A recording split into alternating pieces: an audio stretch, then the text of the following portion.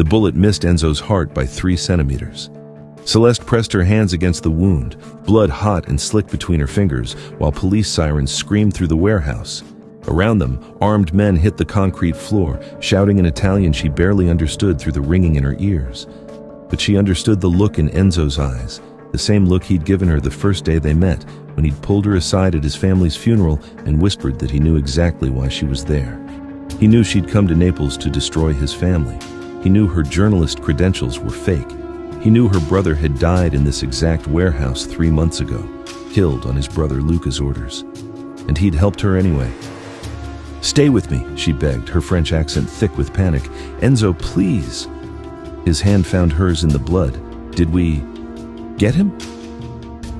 Across the warehouse, Luca Morelli was face down in handcuffs, screaming about lawyers and police corruption. The recording devices they'd planted had captured everything: his confession to murder, his threats, his orders to kill them both. "We got him," Celeste whispered. Enzo smiled, blood on his teeth. "Good, because I'm pretty sure I'm in love with you, and that would be a terrible last thought if we'd failed."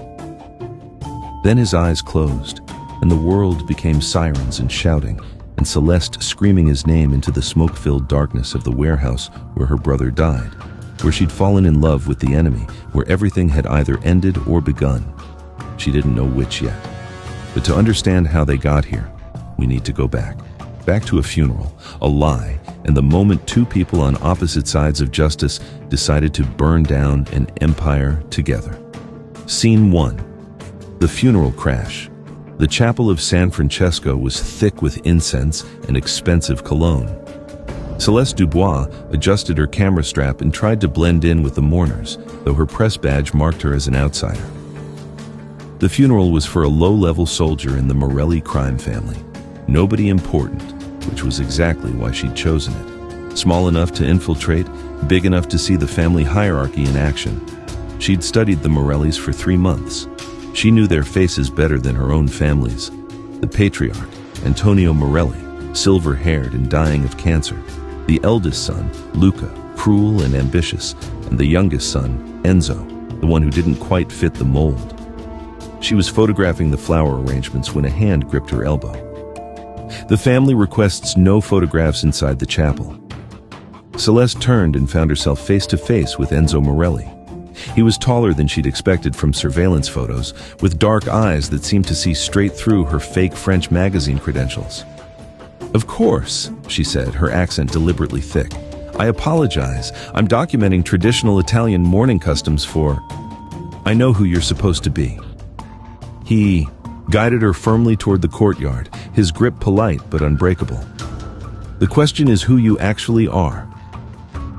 In the courtyard, surrounded by marble statues and the distant sound of prayers, Enzo released her arm.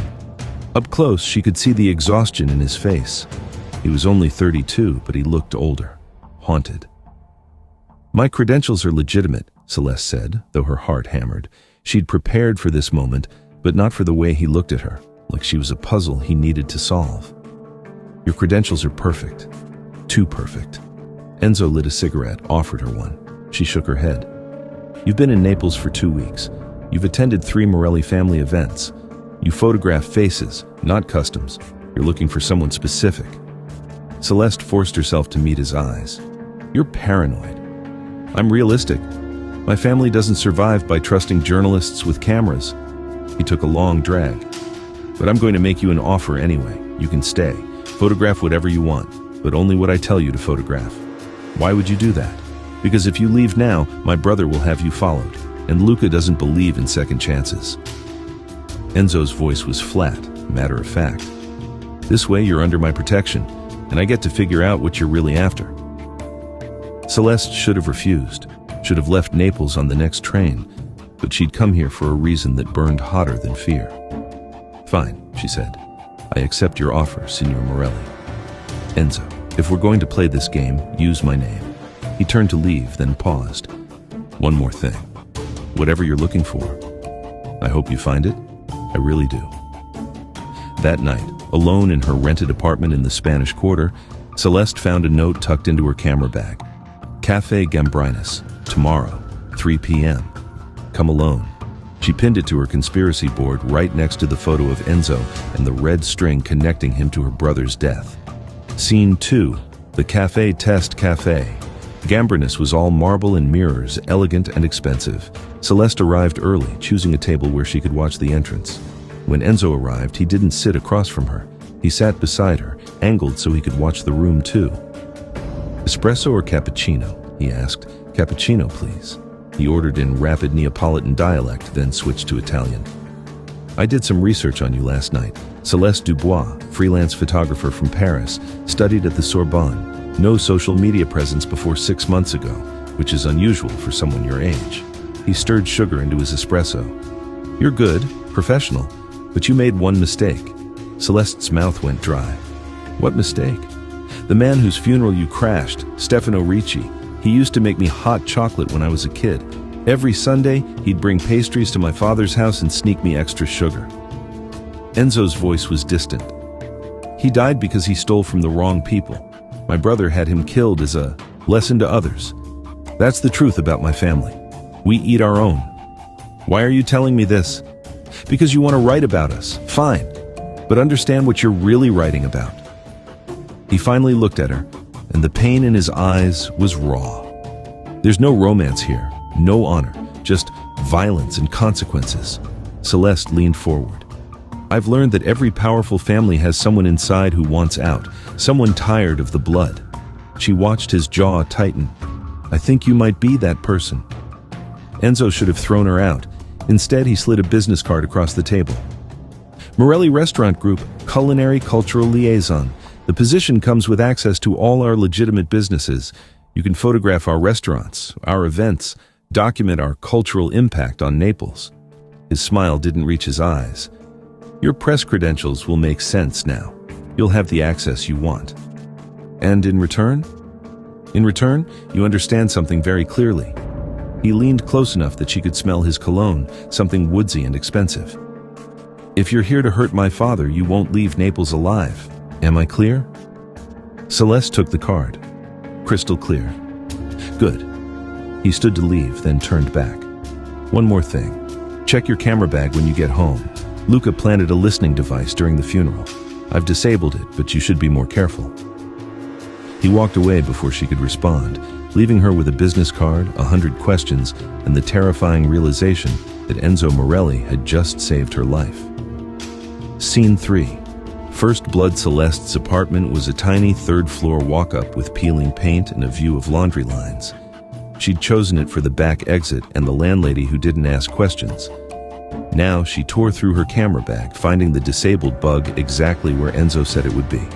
She crushed it under her heel, then turned to her conspiracy board. Photos of the Morelli family covered one wall, connected by red string. Her brother Antoine smiled from the center, his last press photo taken a week before he died. Around him, she'd mapped every lead, every connection, every possible clue to who killed him and why. Her phone rang. Unknown number. "You have a photo of Luca on your wall," Enzo's voice said without preamble. "Second row, far left. He's standing behind my father at the Opera House opening." Celeste's blood turned to ice. "You were in my apartment. I needed to know if you were a threat. Now I know you're something more complicated." A pause. "Your brother, Antoine Dubois, he was a journalist investigating corruption in Naples. He died 3 months ago. Body found in the bay, ruled an accidental drowning." "It wasn't an accident." "No, it wasn't." Enzo's voice was heavy. "I can't tell you everything, Celeste. Not yet.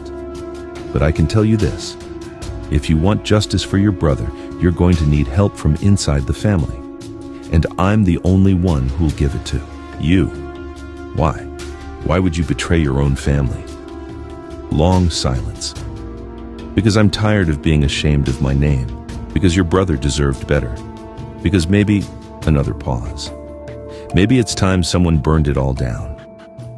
The line went dead. Celeste stared at her conspiracy board for a long time. Then, slowly, she took down Enzo's photo and pinned it on the opposite side of the board, not with the suspects, but with the variables she didn't yet understand. Her brother had come to Naples chasing a story about corruption and power. He'd believed that truth could change the world, that one good article could bring down an empire. He'd been wrong, but maybe, with the right help, his sister could finish what he started. Scene 1. Working undercover. 3 weeks into her position as cultural liaison, Celeste had photographed 17 restaurant openings, 2 charity galas, and 1 very tense family dinner where Luca Morelli stared at her like a cat watching a mouse. In public, Enzo was cold, professional. He corrected her Italian with condescension, assigned her menial tasks, and generally treated her like an incompetent employee. The other staff smirked when he snapped at her for being 5 minutes late or framing a shot incorrectly. But in private, he left notes in her camera equipment. Don't go to the port on Thursday. Luca will be there. Shipping manifests in the North Office. Safe combination, 17-473. The man in the gray suit at the gala, Detective Marino. He's on our payroll. Celeste responded by leaving USB drives hidden in books she'd accidentally leave in his car. Evidence she'd gathered, questions she needed answered, photos that told stories without words. Their communication was a careful dance of plausible deniability. If anyone found the notes, they could be explained away. If anyone caught them talking, they had cover stories ready. Every Friday, Enzo would fire her publicly for some small infraction: incorrect lighting, poor composition, being disrespectful to family members. He'd rant in Italian while she stood there, playing the chastened employee. Then Monday morning, he'd rehire her with a stern warning about last chances. It became their running joke, the only time she ever saw him almost smile. One night, after a particularly convincing firing performance, Celeste found a note in her purse. "You're a terrible employee. Thank God you're a good spy." She wrote back, "You're a terrible boss. Thank God you're a better liar." She didn't tell him that she was starting to look forward to their Friday fights, that she'd learned to read the tension in his shoulders and the exhaustion in his voice, that she'd started to see him not as a Morelli, but as a man trapped in a cage made of blood and legacy.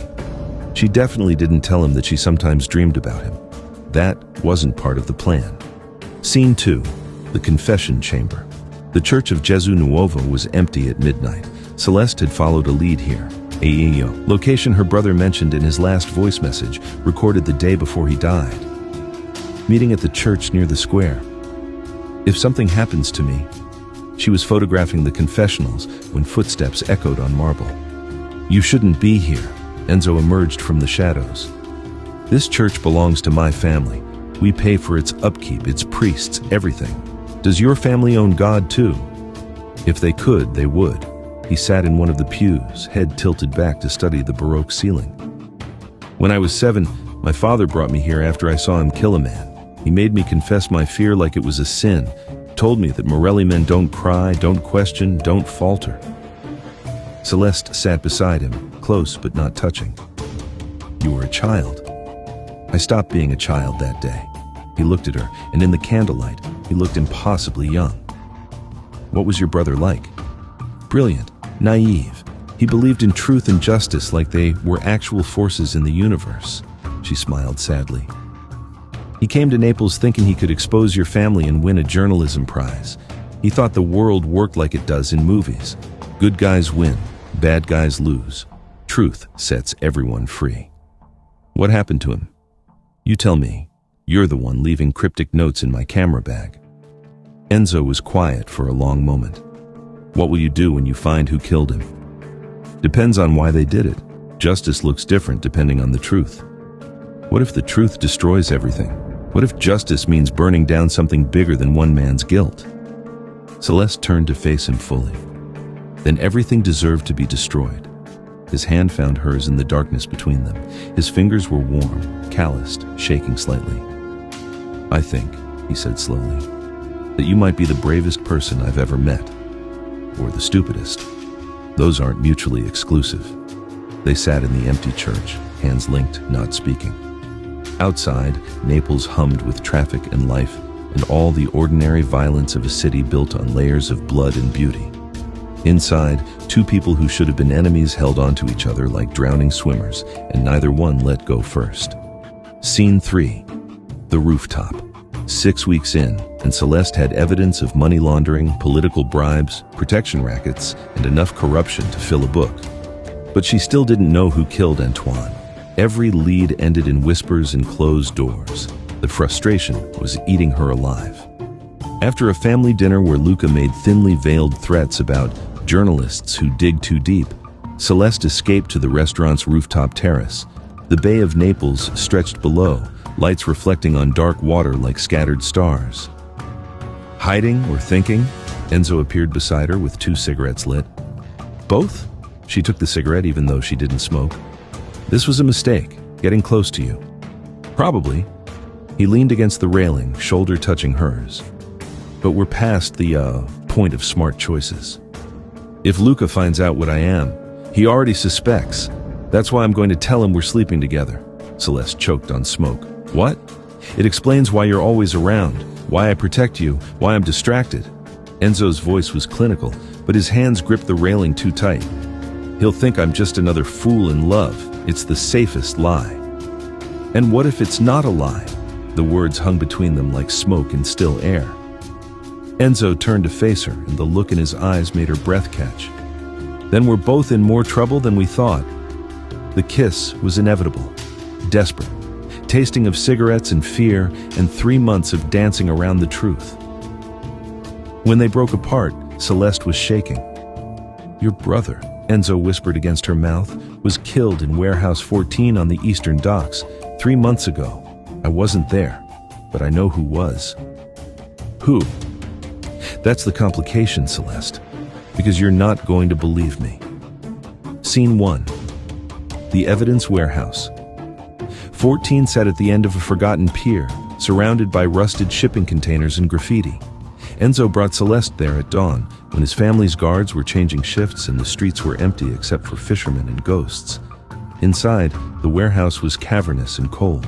Enzo led her to a spot near the back, where the concrete floor was stained darker than the rest. Someone had tried to clean it. They hadn't tried hard enough. This is where he died, Enzo said quietly. Celeste knelt, touched the stain, her brother's blood, 3 months old and still visible. She didn't cry. She'd used up all her tears weeks ago. Now there was only rage, cold and clarifying. I have security footage, Enzo said. He pulled out a tablet, hands shaking. I stole it from Luca's personal files. I need you to understand. When you see this, there's no going back. Everything changes. Show me. The video was grainy but clear enough. Warehouse 14, 3 months ago. 4 men dragging someone into frame. Antoine, camera smashed, fighting like a cornered animal. He was shouting about press freedom, about evidence, about going public with what he knew. Luca Morelli stepped into frame, calm, methodical. He didn't yell or threaten. He simply pulled out a gun and handed it to the youngest soldier, a kid barely 18, and said, "Prove your loyalty." The kid hesitated. Antoine kept screaming.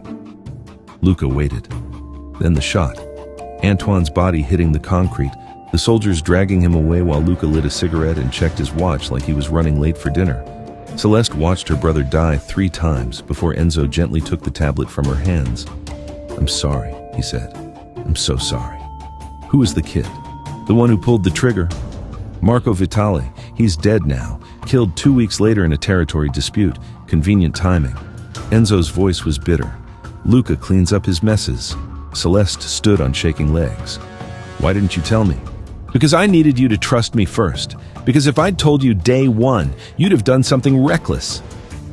He grabbed her shoulders, forced her to look at him. "Because I'm asking you to do the impossible. Help me destroy Luca without destroying my father, without collapsing the entire family into war. Your father built this empire. He made Luca into what he is. My father is dying. 6 months, maybe less. Luca wants to take over and turn Naples into a bloodbath. Every family, every territory soaked in violence." Enzo's voice cracked. "Or we give the authorities enough to put Luca away, let the family fracture cleanly, and I guide what's left toward legitimate business, controlled collapse. You're asking me to let my brother's killer live. I'm asking you to choose between revenge and actually changing something." Celeste pulled away from him, walked to the warehouse door where morning light cut through the darkness in sharp angles. Her brother died here, begging for his life, killed by a scared kid on Luca's orders. I need time, she said. I need to think. Take all the time you need. But Celeste? She turned. Enzo looked exhausted, defeated. Whatever you decide, I'm with you, even if it means we both burn. Scene 2. External pressure. That night, Celeste's mother called from Paris. The connection was bad, full of static, but her mother's voice was clear enough. The police have closed Antoine's case. They're saying accidental drowning, final report. There's nothing more they can do. Maman, I'm close, I promise. Close to what? To getting yourself killed too? Her mother's voice broke. Come home, Celeste. Leave this to the police, leave this to God, just come home. But there were no police who could touch the Morellis, and if God was watching, he'd looked away 3 months ago when Antoine died, screaming in a warehouse. After the call, Celeste sat in her dark apartment and stared at her conspiracy board. Enzo's photo had migrated. It wasn't with the suspects anymore. It was in the center, next to Antoine's, connected by question marks and possibilities. She should hate him. He was a Morelli. His family killed her brother. His blood was soaked in generations of violence and corruption. But when she closed her eyes, she saw the exhaustion in his face, the way his hands shook when he showed her the video, the raw pain in his voice when he talked about his father. Her phone buzzed, text from Enzo. I need to see you. Not for the case, just, I need to see you. She should have said no. Should have maintained distance, kept perspective, remembered why she came to Naples. Instead, she texted back, my apartment. Bring wine. He arrived an hour later with cheap red wine and honey pastries from a bakery near his childhood home. They didn't talk about the plan or the evidence or her brother. Instead, he taught her how to make proper Neapolitan coffee. She taught him a card game Antoine invented when they were kids. Complicated rules. That made no sense, designed specifically to make their mother laugh. They fell into bed like people who knew they were running out of time. Afterward, tangled in sheets that smelled like smoke and coffee, Enzo traced the scar on her shoulder, old gymnastics injury from when she was 12. I think I'm in love with you, he said quietly, which is possibly the stupidest thing I've ever said out loud. Celeste laughed, and it sounded like crying. Top 5, easily. I know this is complicated. I know you came here for justice, not this. He gestured at the space between them. But I need you to know. When this is over, whatever happens to me, I want you to finish your story. Publish everything. Burn the Morelli name so thoroughly that no one ever forgets what we really were. You'll go to prison. You've been complicit. I know. I've been complicit since I was 7 years old. His voice was steady. But maybe that's my justice. I helped take down Luca. I give you the evidence you need, and then I face the consequences of every choice I made, every time I looked away, every time I stayed silent. Celeste kissed him, soft, certain. Then we'll burn it down together. Scene 3. Failed resolution. The Sunday family dinner at the Morelli estate was supposed to be routine. Celeste had attended 3 before, always playing her role as Enzo's girlfriend, the French photographer he'd gotten tangled up with, harmless and artistic. But the moment she walked through the door, she knew something was wrong. The air was too quiet. The servants wouldn't meet her eyes. Luca watched her like a predator who'd just spotted wounded prey. Dinner was tense, small talk about weather and business. Enzo's father at the head of the table, frail and yellow-skinned from cancer, barely eating. Luca across from them, smiling his shark smile. Then, over dessert, Luca stood to make a toast. To family, he said, raising his glass, and to trust, which is such a fragile thing, isn't it? His eyes locked on Celeste. Tell me, dear Celeste, your brother was a journalist too, wasn't he? What was his name again? The table fell silent. Enzo's hand found hers under the table, squeezed once. A warning. Antoine, she said clearly. His name was Antoine Dubois. Ah, yes, I remember reading about him. Such a tragedy, dying so far from home. Luca's smile widened. What brings you to Naples, I wonder? Following in his footsteps? Luca. Enzo's voice was sharp. Enough. Enough? I'm just getting to know your girlfriend, little brother. Don't you think we should know who's sharing your bed? Especially someone whose brother died, asking very inconvenient questions about our family. The patriarch raised a shaking hand. "Luca, sit down." "Father, I said sit." The dinner ended in toxic silence. As guests filtered out, Enzo's father pulled him aside. Celeste watched from the foyer as they argued in harsh whispers. The old man looked at her once, a long, measuring look that saw everything, then turned away. In the car, Enzo drove too fast, hands white-knuckled on the wheel. "He knows," he said. "Luca's known for weeks. He's been playing with us. Why didn't he kill me? Because he wanted to see what I'd do. If I'd choose you over the family?" Enzo's voice was hollow. "Now he knows. So what happens now? Now Luca moves, and we better be ready when he does." Scene 1. The ultimatum. Luca came to Enzo's office the next morning with 2 soldiers and a file folder. He didn't knock, didn't sit, just dropped the folder on the desk with a sound like a gunshot. "Father has decided to accelerate the transition, to take over operations effective immediately." Enzo opened the folder.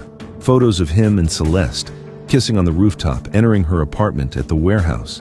Someone had been following them for weeks. "You've been a very busy boy," Luca said, "feeding information to a journalist, to the woman whose brother I killed." He leaned across the desk. "Did you think I wouldn't find out? So kill me." "Oh, I will. But first you're going to bring her to me, tomorrow night. Warehouse 14. Poetic, don't you think?" Luca's smile was a knife. "You do this. I'll make it quick for both of you. You refuse and I'll take my time. I'll make you watch what I do to her. Then I'll send pieces of both of you to her mother in Paris." After Luca left, Enzo called Celeste. His voice was steady, but she heard the fear underneath. "We're out of time. He wants you dead by tomorrow night. Then we go to the authorities. Now, release everything. If we do that, he'll know immediately. He has police on payroll, judges, prosecutors." Enzo took a shaky breath. "The second we move, he disappears, then comes for us at his leisure. So what do you suggest?" Long silence. "I'm supposed to deliver you to him tomorrow. Warehouse 14. What if we go through with it? What if we make him think he's won, right until he hasn't?" Scene 2. The plan. They met at Celeste's apartment and worked through the night. Coffee and terror and a plan that was equal parts brilliant and suicidal. "I need to know something," Celeste said as dawn approached. "When you first met me, did you know what Luca did to Antoine?" Enzo didn't look away. "I knew someone in the family killed a French journalist 3 months ago. I didn't know it was Luca until 2 weeks in. I didn't know it was your brother until I saw his name in your apartment." He reached across the table. "I was a coward. I wanted to believe I could fix it, hand you justice without consequences. I'm sorry. If we survive tomorrow, I'm still going to publish everything. Your family's crimes, your father's legacy, all of it. I know.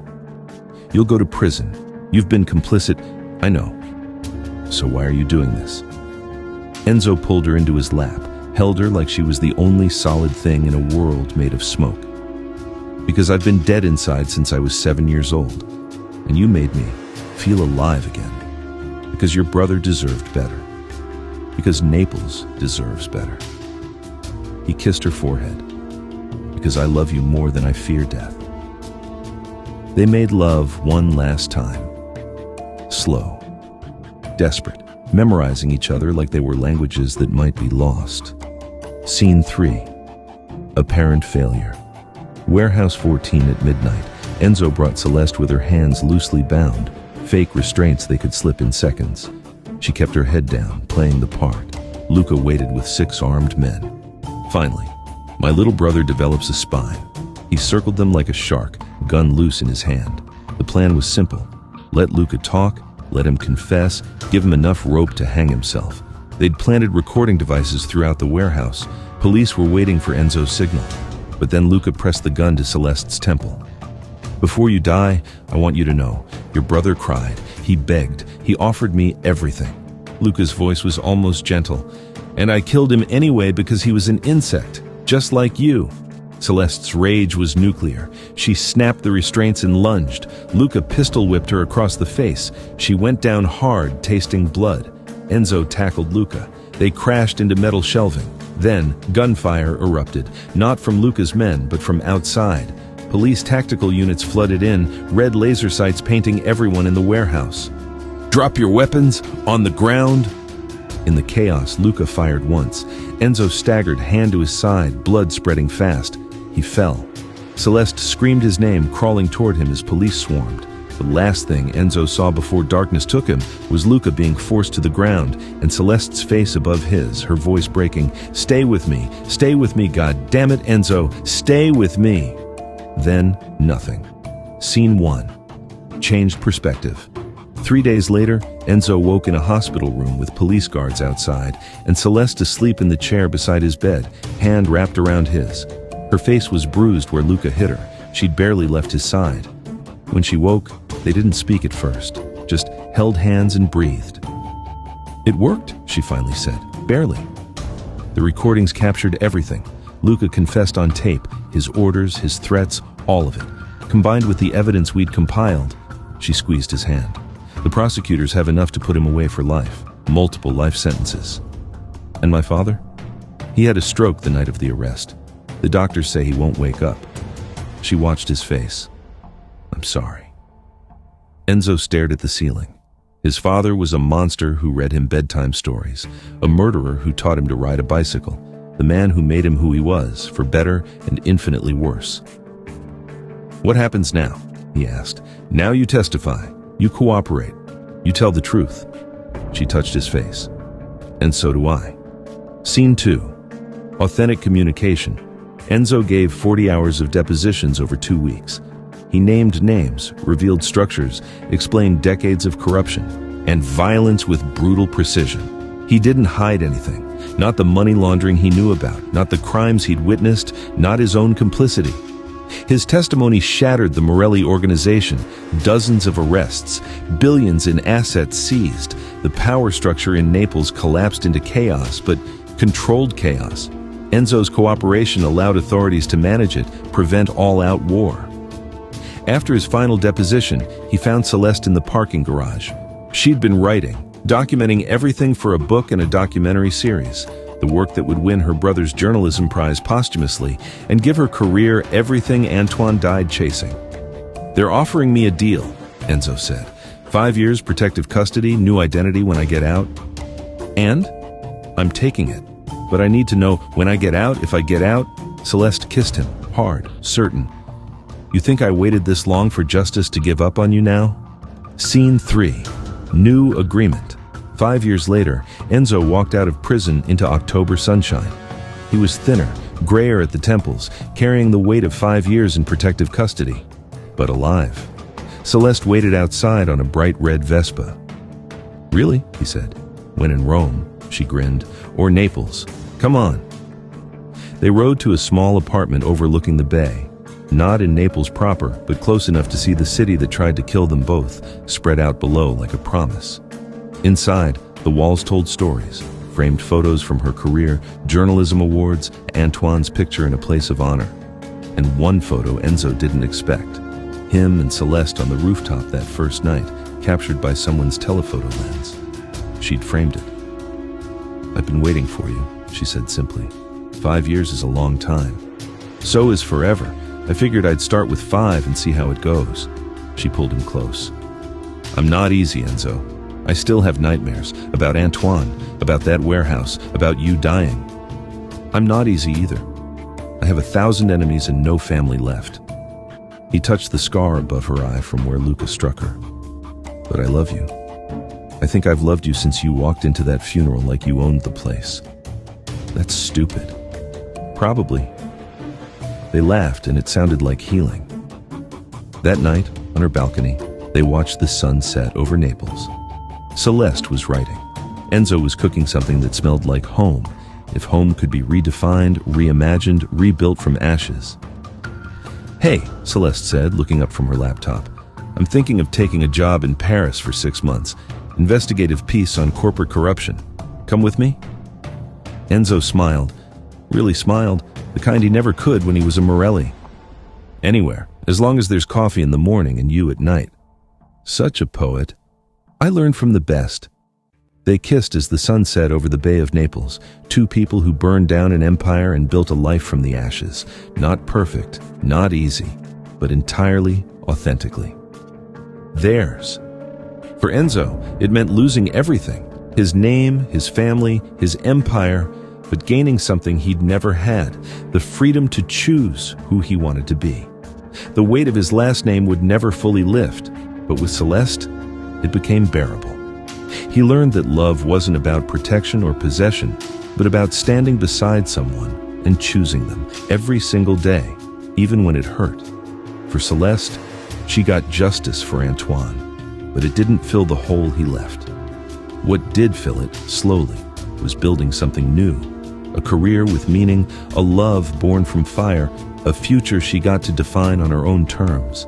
She learned that some truths destroy everything, and sometimes destruction is the only way to build something real.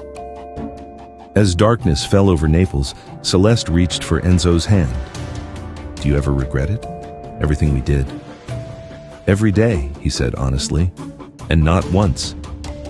She understood perfectly. Regret and certainty could exist together. The past was written in blood and could never be erased.